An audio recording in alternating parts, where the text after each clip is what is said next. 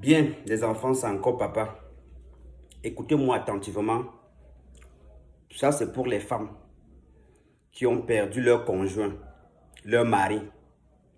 Parce que beaucoup de femmes ont des difficultés à avoir un conjoint parce qu'elles ont perdu leur mari. Et maintenant, le veuvage a été soit mal fait ou du tout il n'a pas été fait. Et quand on vous a trompé que allez vous asseoir à l'église et puis Jésus va couper son empian. Tout ce qui a été uni sur terre est uni au ciel. Maintenant, il faudrait encore le désunir sur terre pour qu'il soit désuni au ciel. Apprenez souvent à comprendre.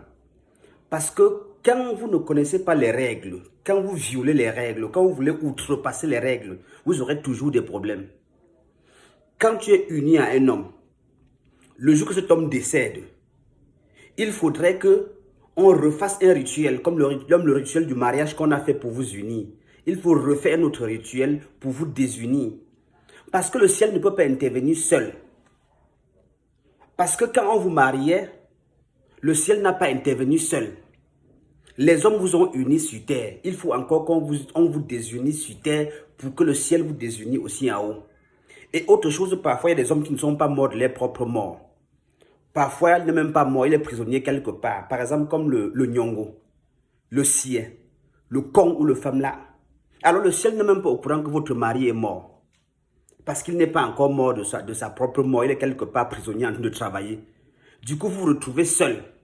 Ce n'est qu'en faisant le rite de veuvage que le ciel va savoir que votre conjoint, votre partenaire, votre mari est décédé et qu'il vous faut un autre mari.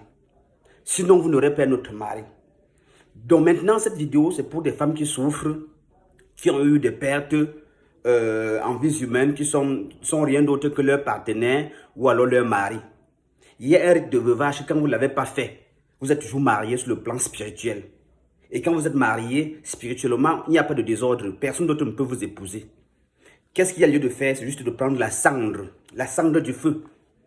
Pendant 9 jours, vous vous oignez avec et vous vous couchez par terre. En signe de reconnaissance pour défaire le mariage qui a été fait, pour aviser aux esprits, ou alors pour dire à l'esprit de votre mari que, ok, je t'ai bien aimé, mais tu es parti, tu n'es plus. Vous vous oignez avec la cendre de la tête jusqu'aux pieds. Et vous vous lavez, vous vous couchez par terre, à main le sol. Vous vous lavez au petit matin. Faites-le pendant 7 jours. Après les 7 jours-là, vous sortez de la période de veuvage.